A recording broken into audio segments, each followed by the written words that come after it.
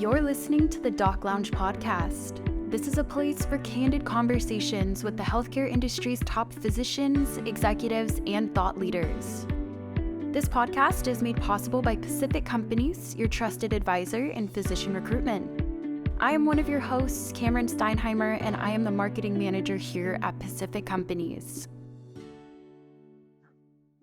Hello, and wanted to welcome everybody today to the Doc Lounge podcast by Pacific Companies. I'm your host, Stacey Doyle, Senior Director of Marketing. Thank you for tuning into our Ask the Expert series. Our special guest today is Dr. Gino Collura. Dr. Collura has a PhD and is the author of the highly rated book, Layers of Successful Relationships. A former anti-kidnapping specialist, Dr. Collura became a college professor of human behavior, business owner, successful executive, and he's an established behavioral scientist. He knows what it takes not only to survive adversity, but to thrive from it. And his book is a deep dive into the fabric of what makes humans connect, grow, thrive, and why so many individuals are failing at creating authentic and meaningful relationships. I am also joined by my co-host, Lisa Shabaro. She is the Director of Business Development at Pacific Companies. So I want to welcome you both today. Thank you so much, Stacey. You forgot to add he's an all-around awesome human being. That's the most important. Well, we love that. We love that, having awesome human beings on the podcast. Well, Dr. Collura, I'll let you kind of kick it off here. You have a really fascinating background, as obviously a former anti-kidnapping specialist and then turned into professor, and now you're an executive. Kind of share through what were the pivotal moments that led to these career transitions for you? Yeah, absolutely, Stacey. So definitely not a traditional path to becoming a behavioral scientist by any stretch of the imagination. Really have taken a lot of different turns in life. I'm very thankful for each one of them. Each single pivot that has happened for me has contained just tremendous nuggets of value and learning and growth and lots of adversity as well, right? So started off going back to the anti-kidnapping days. So undergrad years, had to make money when I was in college. I bounced at some local clubs in Tampa. That kind of graduated into me going to executive protection school. Kind of picked up a knack for it. I spoke Spanish as well. Was in the throes of finishing my master's at the time that I finished EP school, executive protection school, and got picked up by a company to go work down in Colombia, South America as an executive protection agent, right? So it sounds really fancy and cool, but I can assure you it's not as cool as it sounds. It's a lot of intelligence work, a lot of analysis. Not that much action. There really isn't supposed to be a lot of action in that field of work, right? It's all about preventing and avoiding conflict and issues. But it was an incredible experience for me. And the thing that really stuck out was my understanding of cross-cultural interpretation of trauma and stress, right? So living in a new country and working with folks who were in the special operations community in the Colombian Army really opened up my eyes to a new way of handling adversity. I was a young guy, right? I was in my early 20s, didn't know left from right. Thought I did, but obviously had no idea. And befriended quite a few of them. So I began kind of picking up different interpretations of how it is that they achieve resiliency while in combat. Because a lot of those guys, the fight that they're fighting, right, every single day, it's in their home country, right? They're not halfway across the world. They come home every night, right? And they have to be dad, right? Or they have to be husband or, friend, son, take your pick. So their approach to trauma and to combat and adversity was very, very different. And it fascinated me. Like it really kind of clicked something like, I really want to study that more. I want to understand that more. But put that to the side, the exposure that I had to executives from all over the world, that was a huge learning point for me as well, to watch how they negotiated, to watch how they made deals, and also the autonomy that they had, right? And the acumen that they had and how they brokered exchanges with corporations that were within South America and Latin America. So that kind of planted the seed for entrepreneurship, right? And wanting to kind of learn more about that area of business and be able to grow commerce and whatnot. So after a 3.5-year stint, came back to the States, took a year off completely, knew I wanted to go back to school, and ended up matriculating in the doctorate program at the University of South Florida in human behavior, specifically a discipline called neuroanthropology. So it's neuroscience mixed with cultural medical anthropology, with a keen focus on taking a deep dive into stress, resiliency, relationships, and trauma. So those four areas really were a pivotal component for me. At the time, I was an avid practitioner of Brazilian Jiu Jitsu, and kind of use that as a focal point of understanding cross-cultural connection and trauma and adversity, because it's a very widespread art across the world, especially in the military and tactical community. Anyways, so finished my doctorate, got hired on at a university, St. Leo University, to be a professor there in human behavior. Loved it, loved my time with the kids. It was fantastic. I say kids, young adults.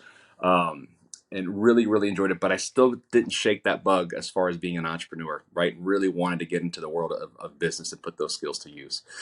So that graduated into me opening my first company, and it was a tactical education firm. So I had 27 different classes that were offered over the span of 5 years, grew it to 21 employees. All were former either special operations in the US or federal law enforcement that were retired, and offered a gamut of courses for people.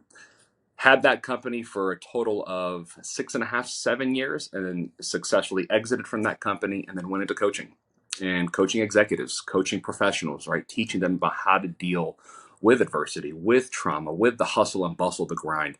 And the one thing, Stacy, that kept popping its head up is, I'm good at my job. I'm just not good at my job at home.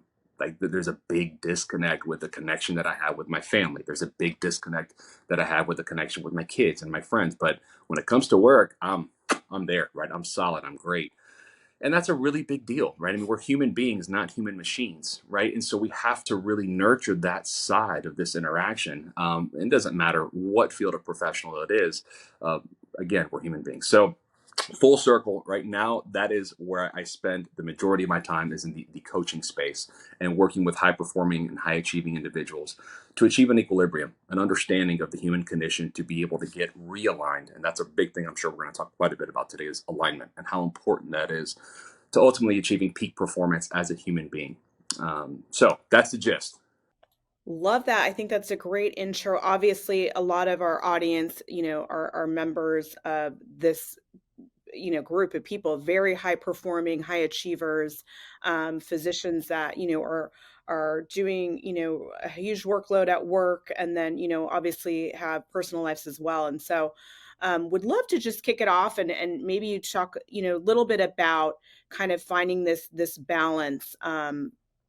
And I know your book, seven layers of successful relationships, goes into this, but kind of give us a quick overview of that a bit. So, when you're thinking about, and there is no special sauce there as far as the rhyme or the reason behind 7 layers, is truly, when you start pulling back the evidence-based research and you start doing the work, there truly are 7 layers that make up the bulk of what it means to have a successful exchange and connection and interaction with another human being or group of human beings. But the first layer, right, the most important one, is the relationship that you have with yourself, right? So this is a really big deal, and a lot of people kind of hear this and kind of like, what do you mean relationship I have with myself, right? And it's a great question, right? And it's very simple.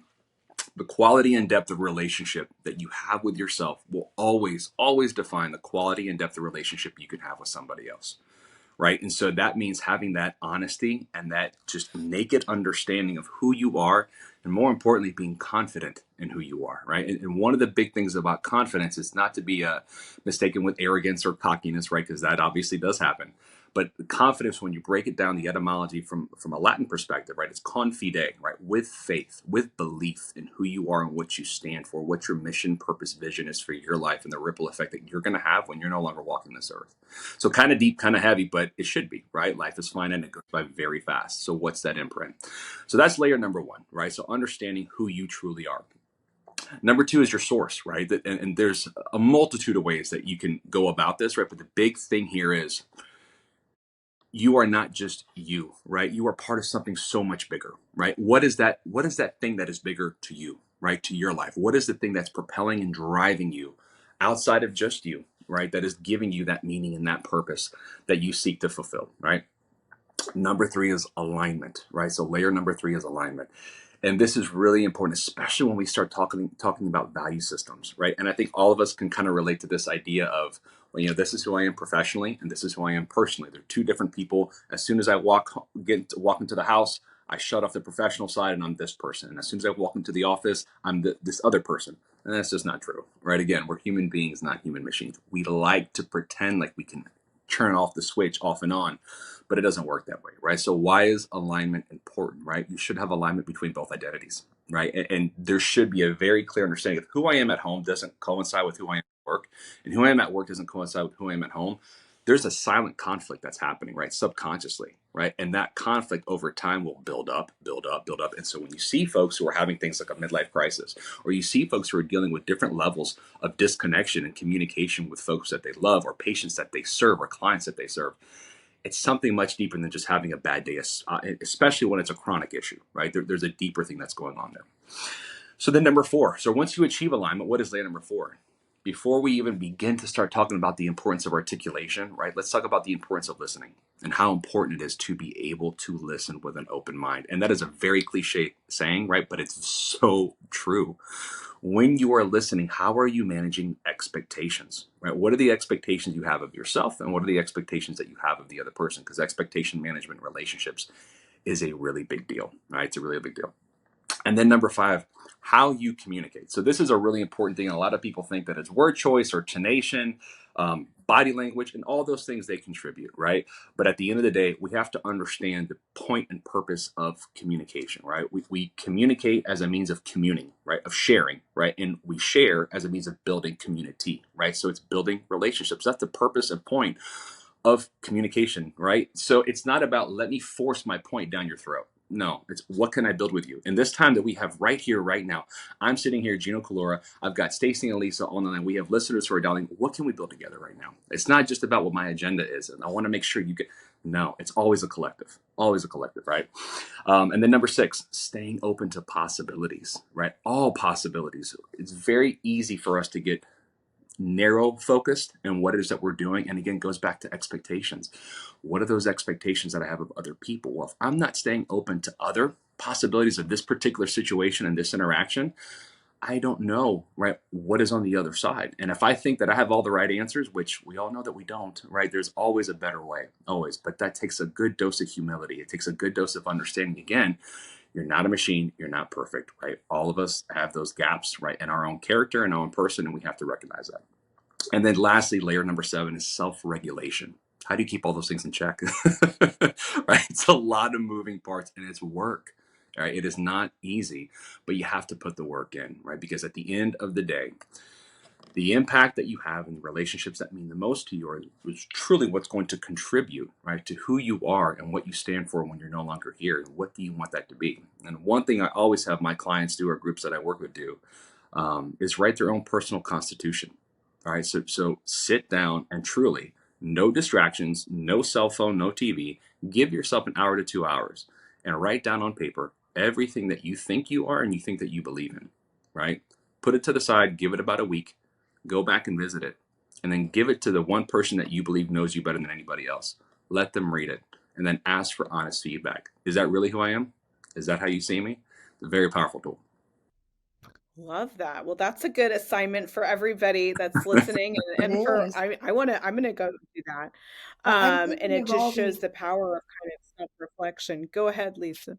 I was just thinking of all the instances there where they're applicable in my mind, just like we think of so many families that are high achievers. And I know, speaking of that your wife has kicked off a program, I think more geared towards the other aspect, right? That other side of the high achievers. But Stacy, especially with our audience, where we often have times where they're both physicians, very highly specialized physicians, high chargers, executives, right? We CEOs, COOs.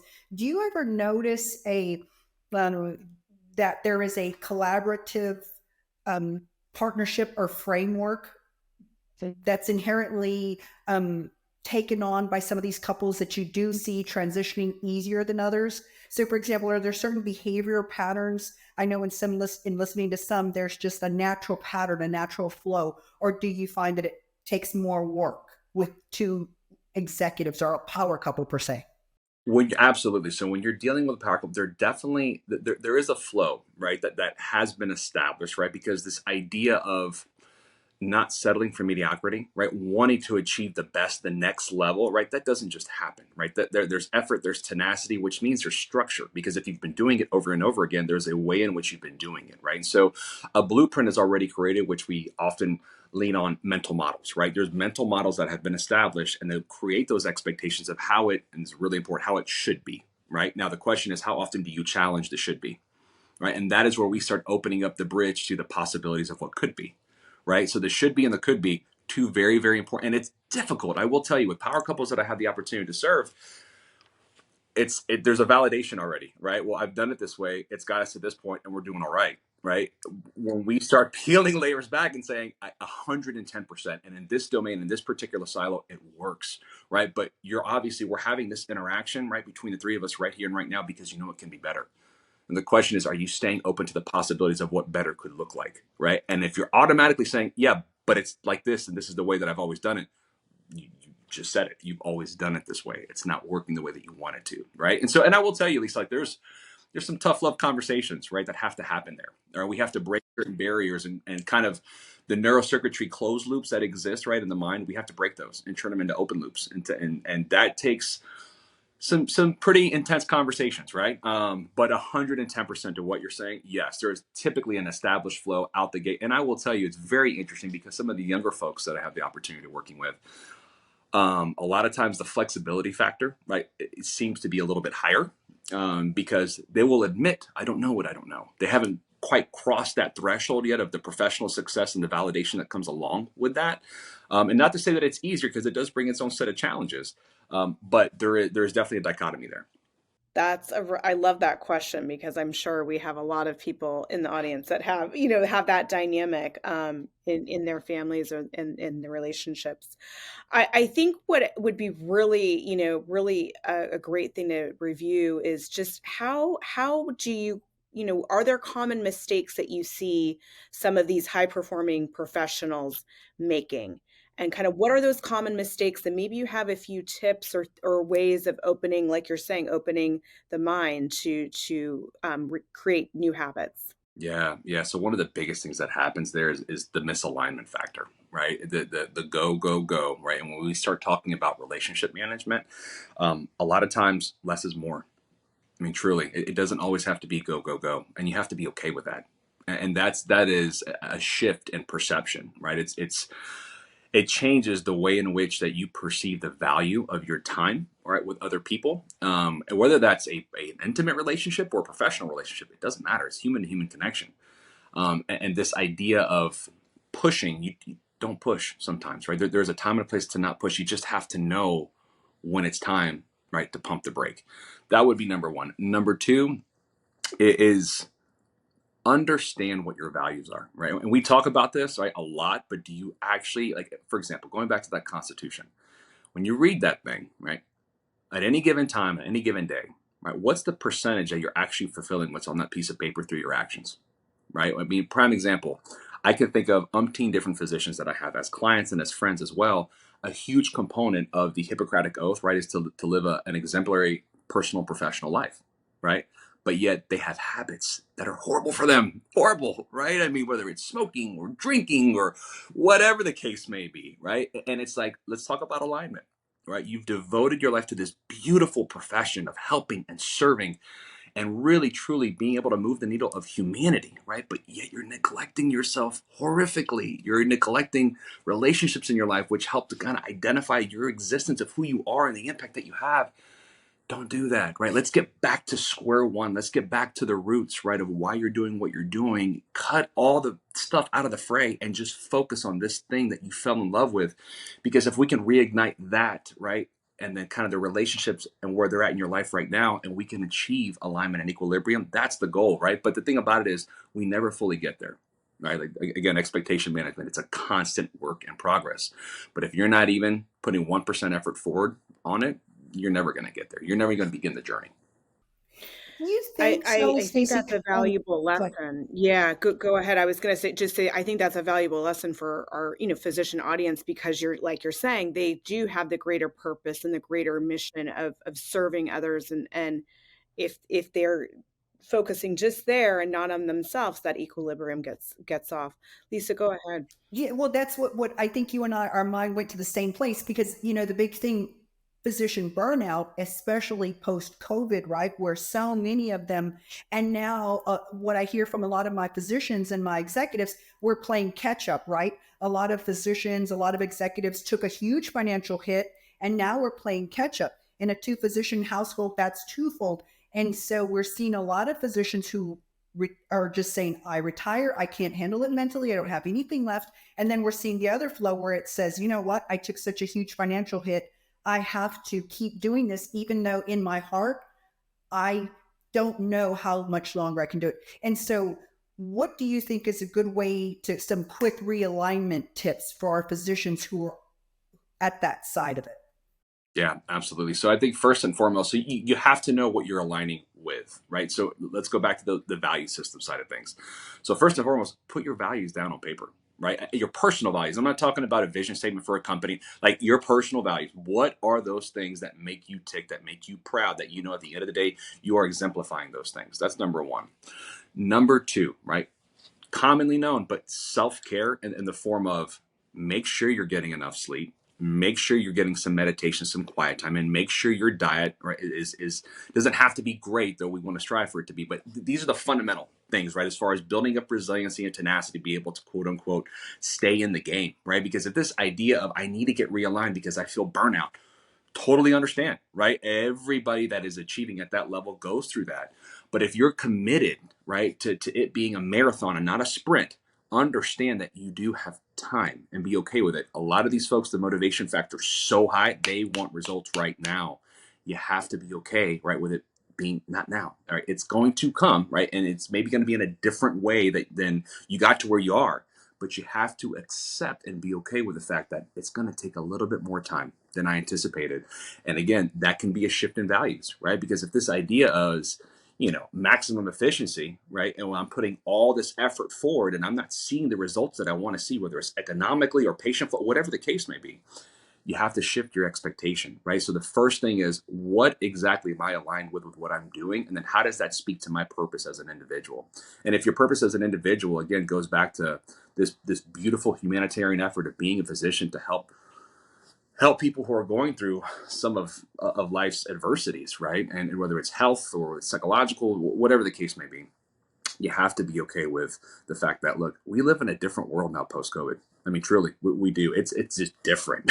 I mean, I can't wait to see the studies 10 years from now that come out, right? That just kind of longitudinally assess what has happened and what's going on. But I see it pre-COVID to post-COVID, and folks that I work with, it's not that there's a shift in motivation, but the expectation of things, especially when we start talking about like employee retention, right? And morale, and how do you deal with those things? I mean, the nursing crisis in and of itself, right? That's a huge thing, right?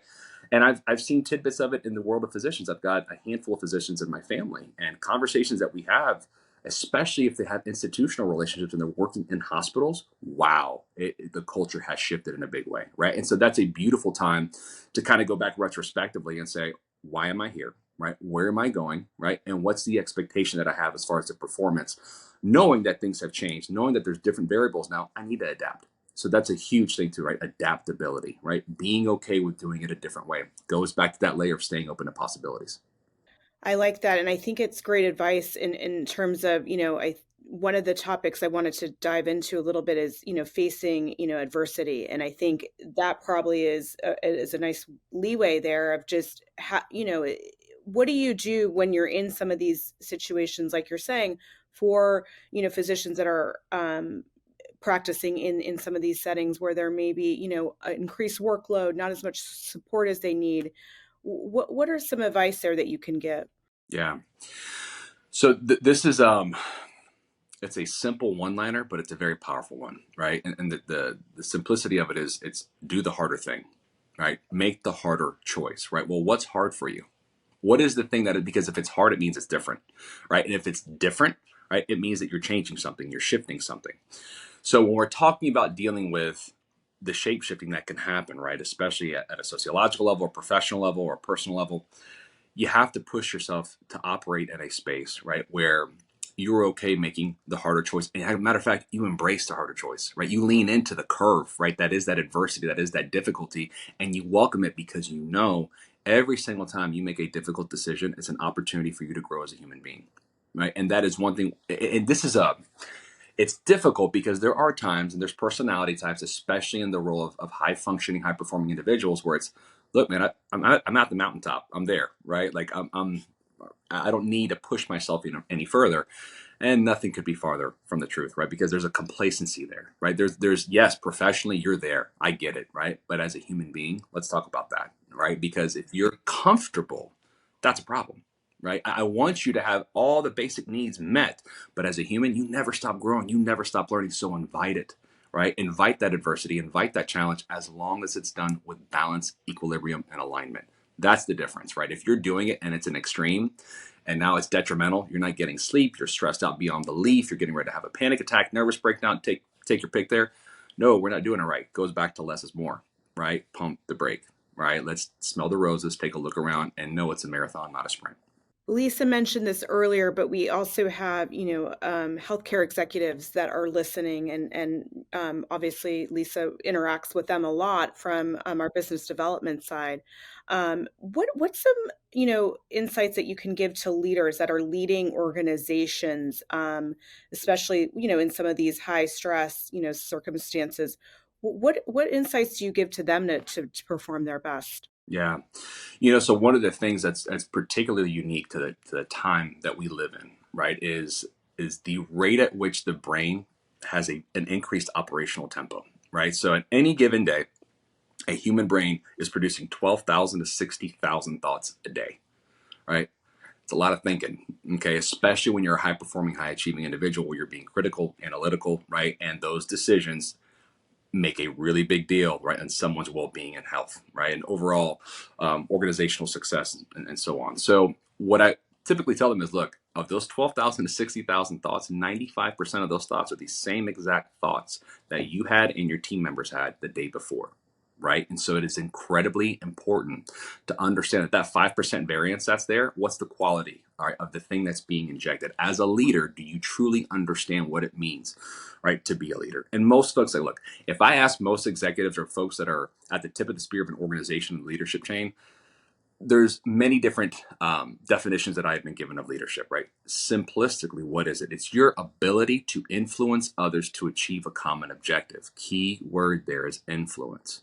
How are you influencing? What is the quality and depth of the relationship that you have with them to influence them to achieve that objective? Well, what is the objective, right? And if they don't understand what that objective is, we have a big problem. More importantly, what's the culture that's producing those results that are tied to that objective? Because if it's not rooted in the value system that is part of that organization working for the greater good, and if that value system doesn't align with your personal value system, we have not just an individual problem, we have an organizational culture problem, right? And then you start looking at issues with retention, with morale, right? And why it is that performance isn't there. Well, we got to go deeper, right? And a lot of times there are 50 bajillion books that are out there, right, on how do you go deeper, how do you unpack certain things.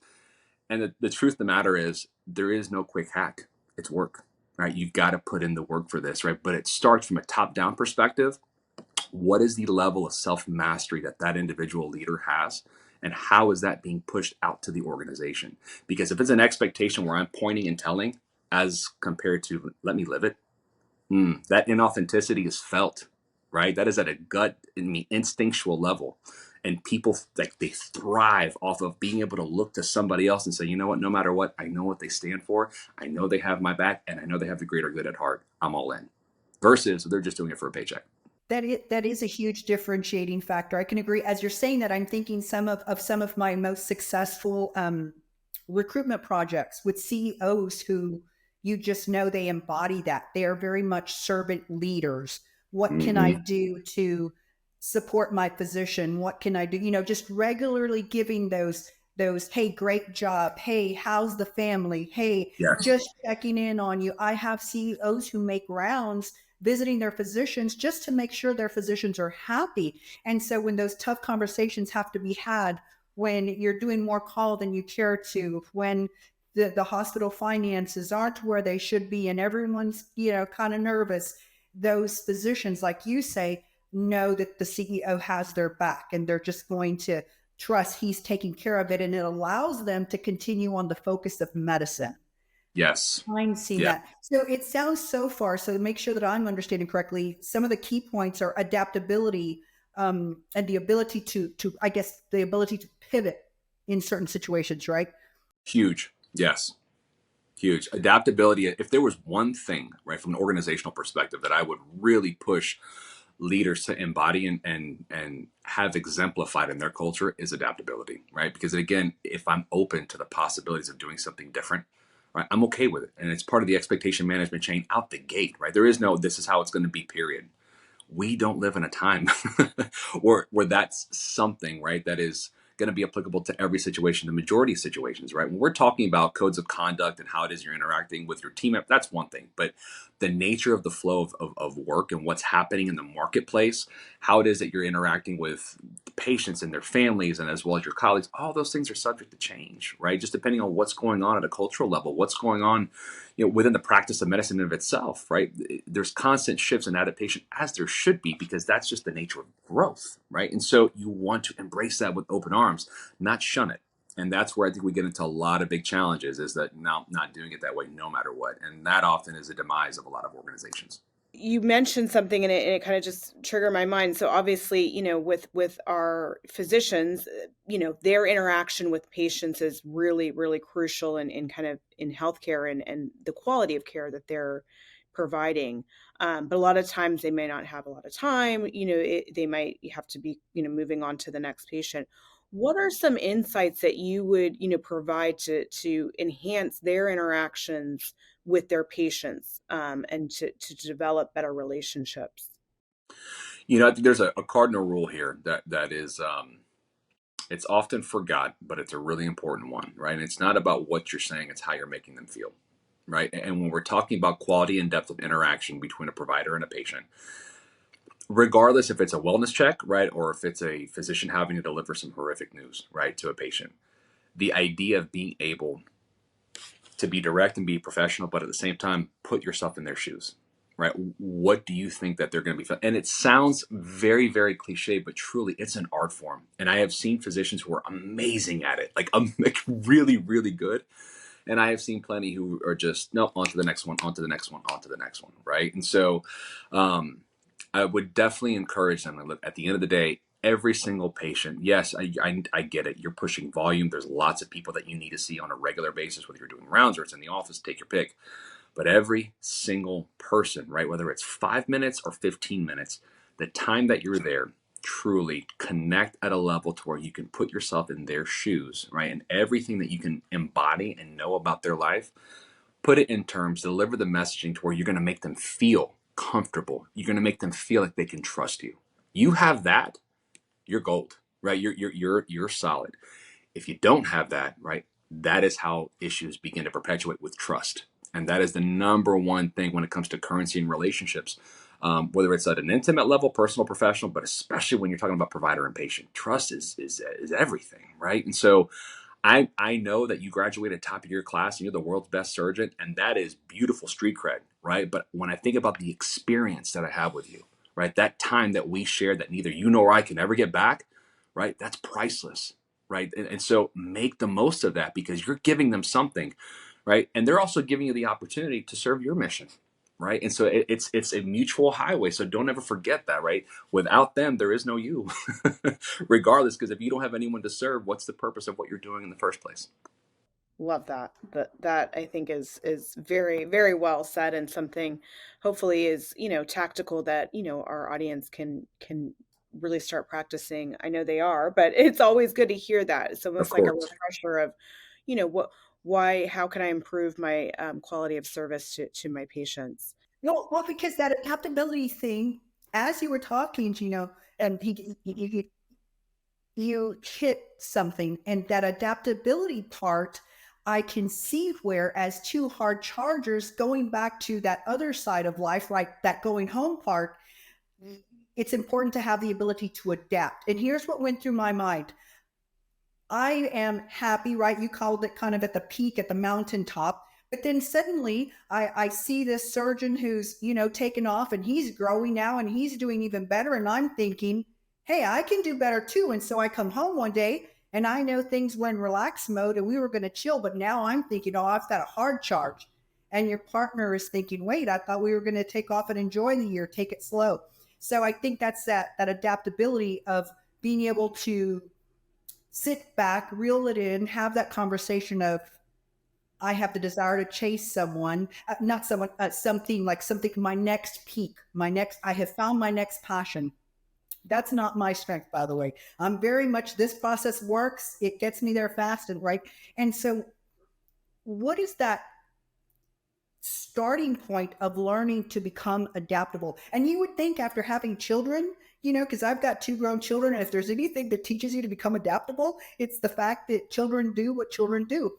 But it's easier said than done, I feel like. Oh, it definitely. How do you look to within the home and say, hey, let's sit down and let's adjust the rules? And here's why I'm thinking about it, Stacey. There are so many times that we have physicians that we talk to that tell us, I would love to move to Alaska. I see my passion there. I know those people need me, because we serve some villages that are greatly underserved. We place physicians there, but my spouse, I just can't get my spouse or partner to move. And so how can we foster that adaptability in someone? Do you offer classes for that? Do you have workshops? What are some things that we can start with? Absolutely. So 100%, right? I do offer workshops and classes, and I also do a lot of one-on-one consulting, right? When it comes to that, because each situation is a little bit different depending on personality types and so on. But what I would encourage folks to do, and kind of where to start there is, so let's start with the end in mind, right? So as a unit, where do we want to be? Right. So whether that's that 12, 24, 36-month goal, whatever that looks like, where do we want to be? And not just from a professional, financial perspective, right? As people, what kind of person do you want me to be as your partner? And what kind of person do I want you to be as my partner? Right. And then how does that align with your personal development goals? Who you are as an individual, right? If we can't start with that end in mind and work backwards, right? And we're just putting one foot in front of the other, thinking, oh, well, this makes sense. Let me put the next foot and the next foot without an end in mind. That's a huge problem. And here's the thing. Folks who are tuning in right now, who are high performing, high achieving individuals, you understand goal setting very well, right? You know Yes. what it takes to achieve, right? So let's just take that same structure, right, and apply it to your personal life and the quality and depth of the relationship you have with your partner. Where do you all want to be? Well, you want to be happy. You want to be fulfilled. You want to have joy. You want to have peace, right? You don't want to come home to chaos. Every single person wants to come home to peace, right? And where you feel loved and you feel appreciated. So how do we get there? Right. Well, let's start with what life looks like 12 months from now, 24 months, 36 months from now, and let's work backwards. And let's just converse. Let's just talk about it. Right. Nothing's going to change right now, but let's kind of open up the first chapter to what it will take for me to get to that point in 12 months to be the person that I want to be and that you want to be. And we can come together, because if we are truly living out that truth, that authenticity, right, for ourselves, it's going to naturally connect us much deeper as a single unit. And it's going to give us a different perspective on what a happy and fulfilling relationship looks like, and that support mechanism that it's going to take, right, for both of us to be able to achieve it. So it's a tough, believe it or not, it is a tough conversation, right, for a lot of folks to be able to sit there and say, yeah, we have the world, but you know what? I want more. And I don't want more in the sense of what you think it is. I want it to be something, I want it to have a different feel, a different texture to life. Well, how do you achieve that, right? Well, I have an idea, but we kind of collectively need to talk about it, because this is where I see it in the next 12 months. And this is what it's going to mean to me. And I know if it means this much to me and you love me the way that you do, it's going to mean something to you too. But now let's flip it. Where do you want to be? And let's figure that out, right? And have that conversation. If they did the exercise, if they wrote down their constitution, then that I could see how that would be a Yeah. great framework for this. Yeah. Yeah.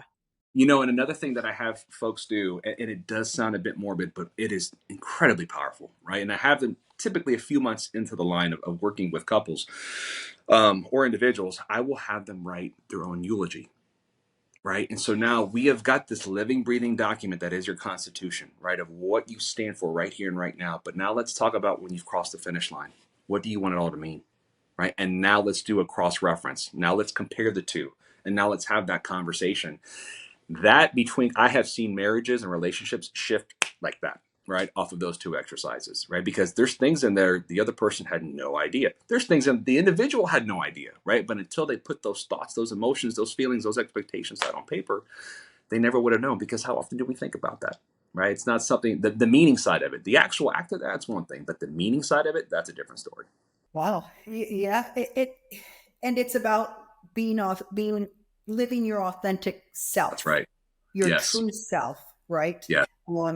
So that you can look back and yes, when we're taking those final breaths, did we live our life's purpose, to the best, that's powerful. And it's interesting that what also went through my head, Stacy, I don't know if it went through yours, but remember we were talking to Dr. Jordan Cooper, and he said, he put it just very plainly, we're all dying. You have to live a life doing what you love.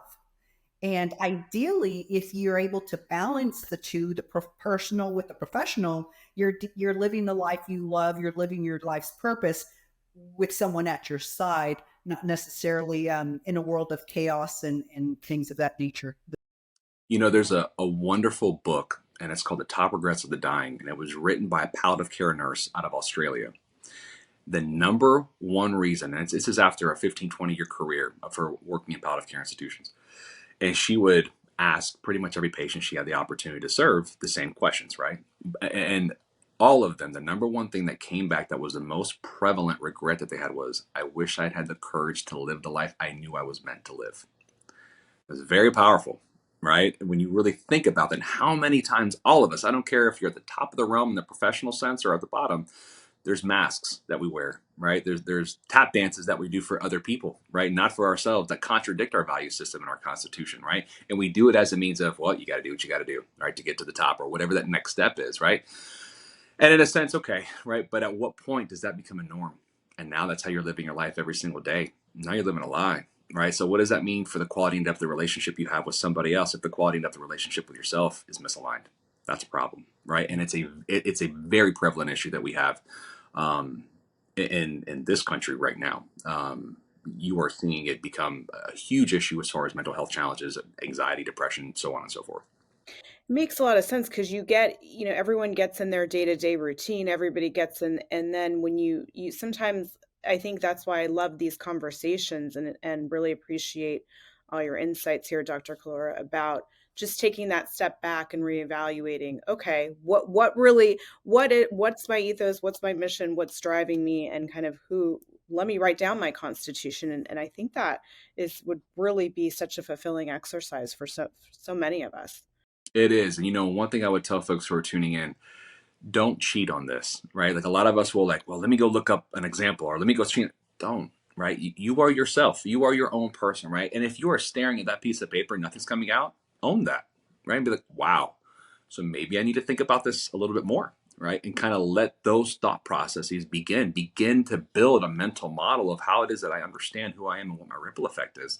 Don't do it just to do it. All right. If you're going to do it, make it mean something because it's supposed to mean something. It's supposed to be a pretty big deal, right? And it should be.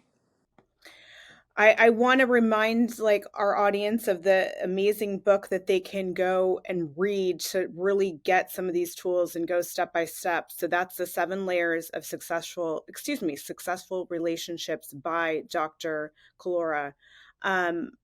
Dr. Collura, lastly, I would love for you to just, if there's one big actionable step or one big insight from your book that you think our high performing healthcare executives and physicians should take away, what would that be?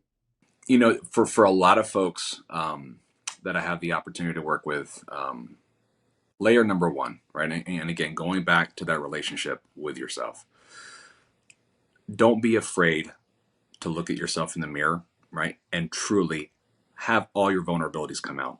So many of us put up a facade, right? The most high performing individuals will do this, right? We put up a facade of what those fears are, what those vulnerabilities are, and we avoid it and we take solace in the strength that we have, right? What we've done, how we've been validated as a professional, how we've been validated as this incredible provider or physician, right? All of us have them. All of us have the vulnerabilities. All of us have the weaknesses. I'm not telling you to live there, right? But recognize them and understand that even subconsciously, they're still gnawing at you every single day, right? And so to be able to look at that and say, from a strength perspective, how have I overcome those things, right? It doesn't mean that they're completely gone, right? They're a part of who I am. But how have I overcome them? Because that begins to bring a new sense of confidence that is very powerful, right? And that level of confidence opens up the possibilities to what could be, which means adaptability, right? Because if I know no matter what gets thrown at me in life, I've got the raw skills and the belief in myself that I'm going to figure it out and I'm going to have the right people with me to figure it out, you're already winning, right? You don't have to know what it is, right? You just know that you have the belief in yourself to do it. And that is one thing that we're lacking tremendously, that we're seeing from a trend perspective. And the highest performing individuals, right? They're very good. They're very focused at that tip of the spear thing that they've committed their lives to. But there's so many other facets of the human condition that they have ignored because they're scared to look at themselves in the mirror and to confront it, right? So don't meet it head on. That's great advice. So believe in yourself, and really that is the first layer of the 7 layers of building successful relationships. And I feel like I've learned so many new tools and and exercises that I'm going to go do. I don't know about you, Lisa. I've learned so much as well. There's just my brain just starts going everywhere, Stacey. You know that I'm just thinking. Lots of tips and learnings for our audience, and really wanted to just thank Lisa for introing and bringing Dr. Gino Collura on today, and obviously all of your studies and learnings we hope we can apply in our own lives. So thank you both. Oh, thank you both so much for the opportunity. It's been wonderful talking to you guys. And we will hopefully include some information on how they can reach out to you, how some of our hospital executives can reach out Absolutely. to you on one by one. And maybe for the counterparts, include Mrs. Collura's information as well, if that's okay. Of course. She'd love that. Thank you so much, Dr. Collura. Oh, you guys are so welcome. You all take care. Look forward to talking to you guys again soon.